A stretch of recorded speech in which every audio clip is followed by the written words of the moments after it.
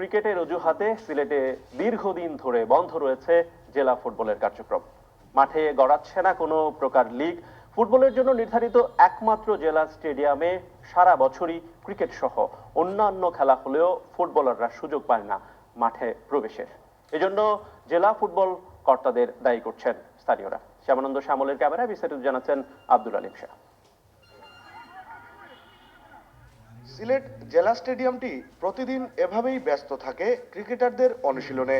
জেলার ফুটবলারদের জন্য মাঠটি বরাদ্দ থাকলেও তাদের জায়গা হয় না এখানে। জেলা ফুটবল দল সহ জাতীয় দলের ফুটবলাররাও অনুমতি পান না মাঠে প্রবেশের।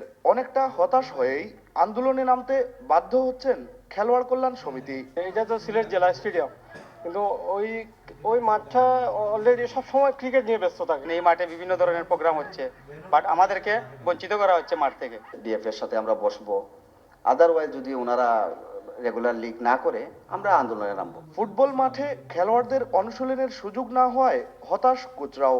তাদের দাবি, এভাবে চললে ফুটবল থেকে মুখ ফিরিয়ে নেবে জেলার অনেক তরুণ। খেলোয়াড় তৈরি করতে গেলে প্রথমেই মাঠের দরকার। আমরা তো মাঠ পাইতেছি না।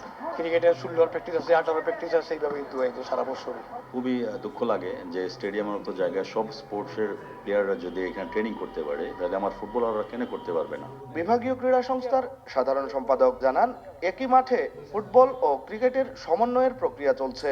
আর জেলা ফুটবল সংস্থার সভাপতি জানান, সংকট সমাধানে নতুন ক্রীড়া কমপ্লেক্স নির্মাণের কথা।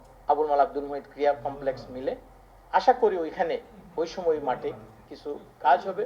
তখন কিন্তু আমাদের এই ছেলেরা যদি জেলা স্টেডিয়াম ব্যস্ত থাকে, তাহলে ওই আবুল মাল আব্দুল মুহিত ক্রীড়া কমপ্লেক্সে প্র্যাকটিস করতে পারবে। ক্রিকেটের চাপ জেলা স্টেডিয়ামে কিছুটা হলেও কমিয়ে দিতে পারি, সেই জায়গায় ফুটবলের প্লেয়ার বা যারা প্রশিক্ষণ নিচ্ছেন বা বিভিন্ন এজ ভিত্তিক দলগুলো, তাদের সুযোগটা বেড়ে যাবে। Abdul Alim Shah, SA TV, Sylhet.